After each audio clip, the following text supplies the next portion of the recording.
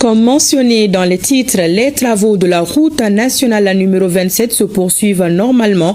Ils sont au stade du terrassement et la pose des couches de chaussée. Le taux d'exécution est de plus de 27%. Cette accélération fait suite à la visite effectuée par la ministre des Transports et des Infrastructures sur le chantier il y a quelques semaines.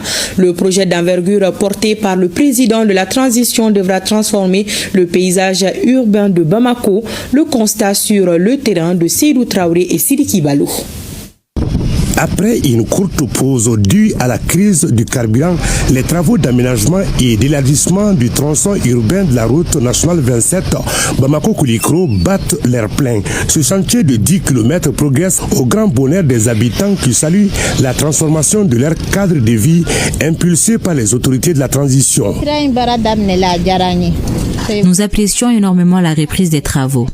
Pendant l'arrêt du chantier, nous avons souffert de la poussière et nos ventes étaient au ralenti. Nous prions pour que tout se poursuive ainsi. Nous encourageons les équipes sur le terrain et les autorités à maintenir la cadence pour achever les chantiers. Cela nous épargnera la poussière et les risques de maladies. Nous constatons avec satisfaction que les travaux progressent désormais à hauteur de souhait.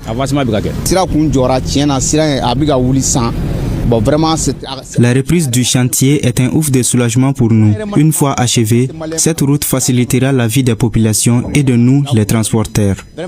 Nous constatons d'ailleurs que les travaux en cours sont de grande qualité.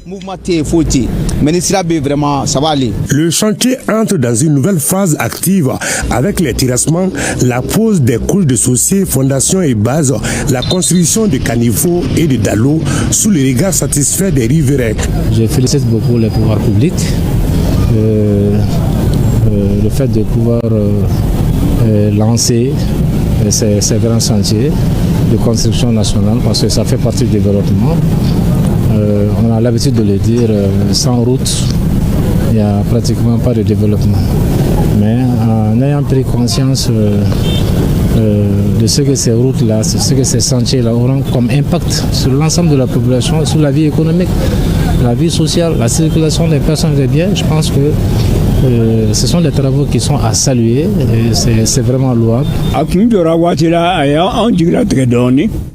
L'arrêt des travaux nous avait inquiétés, car nous savons par expérience qu'une fois interrompu, un projet peine souvent à redémarrer.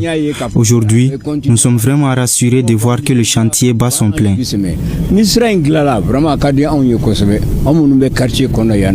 Le travail là, c'est pour tout le pays. Donc s'ils nous voient, si on leur dit de faire quelque chose, ils n'auront qu'à le faire. C'est l'intérêt de nous tous. Hein? Nous, on n'est pas là pour les déranger, on est là pour faire la route pour le Mali.